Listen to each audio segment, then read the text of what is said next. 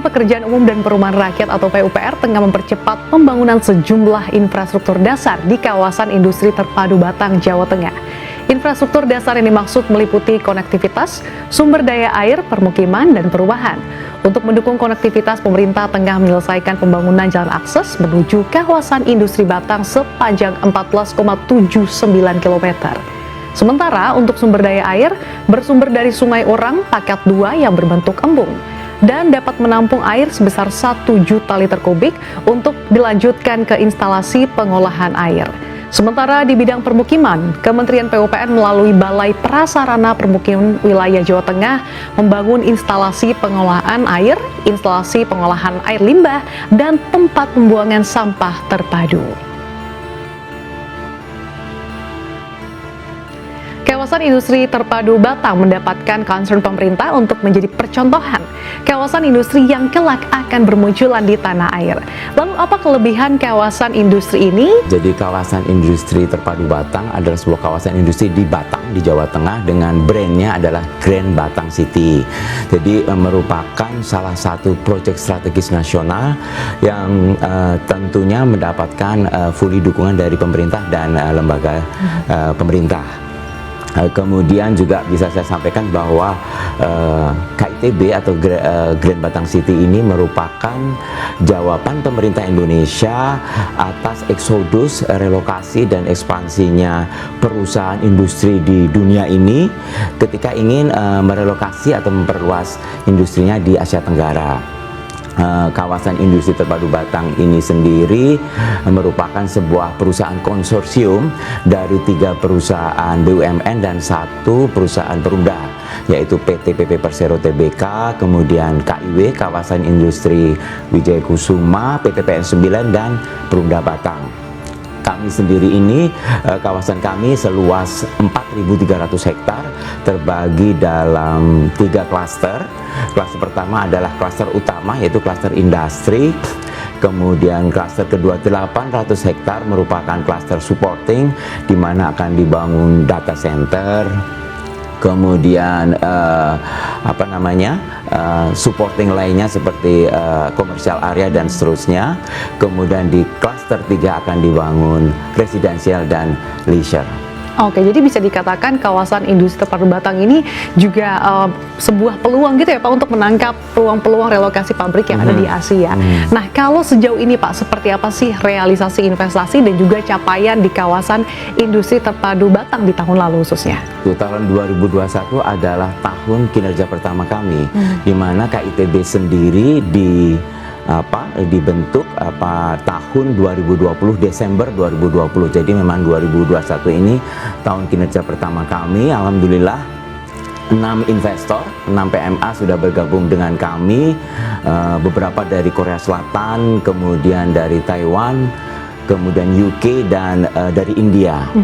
Total kawasan sekitar 110 hektar yang sudah okupansi saat ini, dan insya Allah akan membawa investasi sebesar lebih kurang 10 triliun atau sekitar 700 juta US dollar.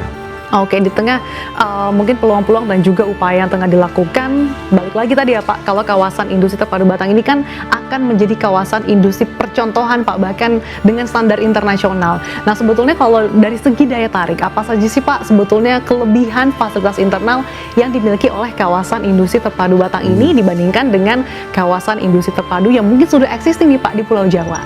Saat ini kami sedang mengembangkan kawasan 450 hektar.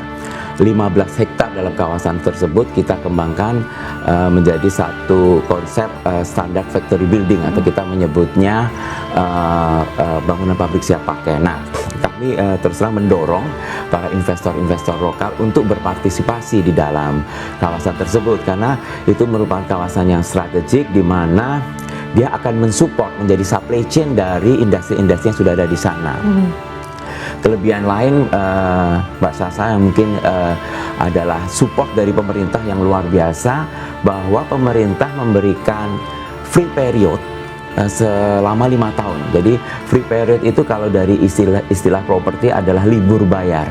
Jadi investor cukup membayar GP 20%, kemudian libur bayar 5 tahun dan baru melunasi di tahun ke-6. Kenapa 5 tahun? Karena tentunya di tahun-tahun pertama investasi pabrik itu memerlukan capex yang luar biasa. Bangun pabrik, kemudian mesin, mobilisasi, kemudian SDM dan seterusnya. Artinya itu menjadi satu capex yang luar biasa buat investor. Nah, di sini pemerintah hadir memberikan kebijakan supaya memang KITB ini benar-benar menjadi kawasan yang ramah investasi. Dan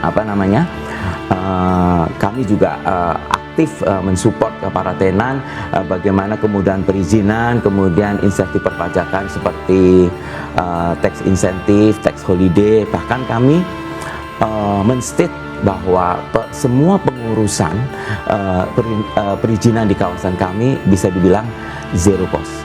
Kami merencanakan sebuah ekosistem kawasan industri yang terintegrasi, smart dan sustainable. Tentunya itu untuk merespon revolusi industri 4.0 di Indonesia maupun global. Kami juga sangat concern dengan renewable energy dan carbon free industry. Jadi saat ini salah satunya kami sedang giat bersama dengan mitra untuk membangun, menciptakan pekerjaan yang berbasis pada solar panel. Kemudian kami juga mencoba mengolah air limbah dengan proses selanjutnya menjadi air yang siap pakai. Selain itu, uniknya dari kawasan KITB ini, Mbak Sasa, jadi kita ini kawasan yang dibelah oleh jalan tol, sehingga direct in out-nya langsung, kemudian juga terkoneksi langsung dengan jalur nasional Pantura. Kemudian di sana juga ada existing jalur kereta api double track railway. Kemudian juga kami berencana membangun akses transportasi laut yang tentunya nanti terintegrasi, sehingga harapannya tentu membuat para investor ya akan lebih diuntungkan dari sisi logistik cost. Oke, tadi sebelumnya kan Anda sebutkan sudah ada 6 PMA. Nah, kalau dari segi kawasan industri Batang ini kan tidak hanya menampung investor asing ya Pak ya, tapi juga ada investor lokal. Nah, apa saja sih Pak syarat-syarat bagi investor lokal yang mungkin tertarik nih untuk masuk ke kawasan industri Batang? Apa saja sih kemudahan-kemudahan yang mungkin akan didapatkan nih oleh investor yang masuk di kawasan industri terpadu Batang? Ya, jadi betul Mbak. Jadi memang minatnya tadi seperti yang saya sampaikan luar biasa. Jadi kami terus bersama-sama dengan Kementerian Investasi bersama tim internal kami terus berinovasi bagaimana memasarkan promosi secara digital di era pandemi ini.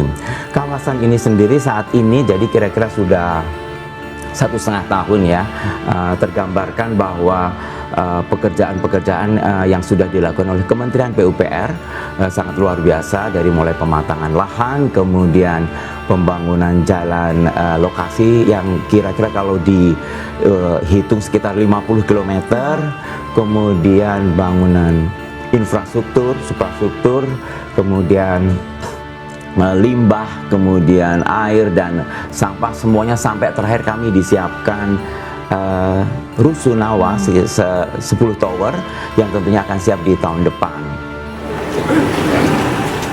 Menteri Perhubungan Budi Karya Sumadi bersama jajarannya Direktur Kepelabuhan Subagio, Direktur Prasarana Perkeretaapian Harno Trimadi, Direktur Utama PT Pelindo Arif Suhartono, dan staf khusus Menhub mengunjungi kawasan industri terpadu Batang, Jawa Tengah. Setelah melihat dan mendengar paparan dari Direktur Utama PT KITB Galih Saksono bersama Direktur Operasional Alder Manarisan Siahaan, rombongan dari Kementerian Perhubungan Republik Indonesia menuju site project yang berada di pantai pelabuhan Desa Ketanggan, Kecamatan Gringsing, Kabupaten Batang, Jawa Tengah. Menteri Perhubungan RI Budi Karya Sumadi usai mengunjungi tempat yang direncanakan akan dibangun pelabuhan besar dan stasiun kereta api pelabuhan, mengungkapkan bahwa lokasi yang dipilih dalam PSN tersebut sangatlah strategis dan dengan akses transportasi mendukung. Adanya gerbang tol Trans Jawa, jalur Pantura Nasional, jalur kereta api dan ditambah adanya pelabuhan, ke depan dipastikan bisa memotong biaya operasional lebih hemat dan ekonomis. Rencana pendirian pelabuhan tersebut telah dikoordinasikan dengan Pelindo untuk membangun dan mengoperasikan pelabuhan feeder ke pelabuhan besar lainnya. Untuk dry port kereta api juga akan segera dibangun, di mana lintasan rel kereta api diantaranya pelabuhan dan kawasan industri sangat ideal untuk mendapatkan biaya logistik yang efisien. Proyek perluasan di stasiun kereta api pelabuhan dan membangun pelabuhan baru sarana penunjang KITB dipastikan tahun ini sudah running dikarenakan tingginya minat para tenan yang berinvestasi. Operasional pelabuhan itu akan baik apabila ada satu runtutan operasi yang mudah, ya, mudah, murah, dan tidak menimbulkan komplikasi. Kita harus memikirkan bagaimana tentang ombak, bagaimana jarak tempuh, bagaimana leveling dan sebagainya. Saya pikir kita akan finalkan dalam satu sesi diskusi yang lebih teknis operasional, supaya pada saat beroperasi pelabuhan ini memang laik, ya, dan memang ekonomis, ya, dan tidak menimbulkan biaya operasional. Pelabuhan yang dikelola oleh Pelindo tersebut akan terus dilakukan pengembangan hingga tahun 2024. Diproyeksikan pelabuhan KITB mampu melayani peti kemas sampai 900.000 teus dan 2 juta ton curah kering, 1,3 juta ton curah cair, dan 532.000 ton general cargo. Direncanakan sejumlah infrastruktur transportasi yang akan dibangun di kawasan industri terpadu Batang tersebut, diantaranya dari sektor kereta api, yakni pengembangan stasiun pelabuhan, dan reaktivasi jalur kereta api stasiun Semarang Tawang Pelabuhan Tanjung Emas. Sementara di sektor laut, pembangunan pelabuhan daratan atau dry port, dan pembangunan jetty, trestle, serta dermaga. 13 tenan pertama di tahap 1, ini yang sudah daftar, data yang saya punya ini, ngantri beli gasnya Pak Ochan ini sudah ada 12. Ya, jadi kita berharap nanti tahap 2 Pak, yang sedang kami siapkan pematangan lahannya ini, saya sama Bu Linda ini, jumlah konsumen gasnya PGN akan bertambah. Bahwa ini investor yang pertama kali akan kita layani itu kan KCC. Jadi target kami, KCC ready pabriknya, gas itu sudah ada, siap mengalir ke mereka. Itu komitmen kami dari Kementerian SDM.